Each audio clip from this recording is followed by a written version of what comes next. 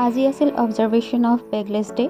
তো আমি ভাবিছিলোঁ স্কুলত অবজাৰভেশ্যন কৰিম বেগলেছ ডে, গতিকে আজি সৰু সৰু ল'ৰা ছোৱালীবিলাকক আমি ৰংগোলী আঁকিবলৈ দিছিলোঁ আৰু ছোৱালীখিনিক মেহেন্দি কম্পিটিশ্যন পাতিছিলোঁ। গতিকে তাহাঁতক নিজে ড্ৰ কৰি ৰংগোলী আঁকিবলৈ দিলোঁ। আৰু যিহেতু সৰস্বতী পূজা আহি আছে, গতিকে ভালকৈ স্কুলখনো ডেক'ৰেশ্যন কৰিলোঁ। আৰু এয়া দেখিছেনে, আমাৰ বিদ্যালয়ৰ ছাত্ৰ ছাত্ৰীৰ দ্বাৰা আৰ্ট কৰা মেহেন্দি হয়।